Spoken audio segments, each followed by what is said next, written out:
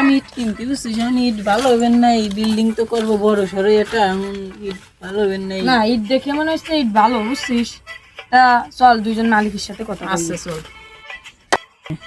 কি ভাই আপনাদের ইট লাগবে নাকি? ও ভাই লাগবে তো ইট মেলা, এই বড় একটা বিল্ডিং করবো, এখন ভালো মানের ইট লাগবে বুঝছেন। আরে ভাই ইট ভালো হবে না মানে, আপনি ওই যে বুর্জ খলিফা চেনেন, এই বুর্জ খলিফা আমার এই ইট দিয়ে বানানো, জানেন?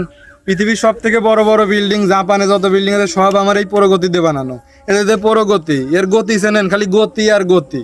ভাই আমি অত কিছু শুনবো না, আমার ইট লাগবে ভালো ইট। আমার হলো মনে করেন যে বড় বিল্ডিং দেবো, আমার মনে করেন এক কথা 1 নাম্বার ইট লাগবে, আমার 1 নাম্বার ভালো ইট লাগবে। আরে ভাই আপনি এই প্রগতি ইট নিয়ে ভাই আপনি সন্দেহ করেন, আপনি নিঃসন্দেহে নিতে পারেন ভাই। যখন এত বড় বিল্ডিং তাহলে তো ইট একটু পরীক্ষা করে নেওয়া দরকার। হ্যাঁ ঠিকই কইছিস, এত টাকা পয়সার মামলা। নেন ভাই আমার ইট পরীক্ষা করে, এই প্রগতি ইট ভাই পরীক্ষা করা লাগে না, তারপরে আপনাকে সন্দেহ হচ্ছে আমি পরীক্ষাই করে দিলাম, এই দেখেন। আরে ভাই আমার ইট খেলি মনে হয় দুর্বল ভাই, ইটি হরলিক্স দেওয়া হয়েছিল না।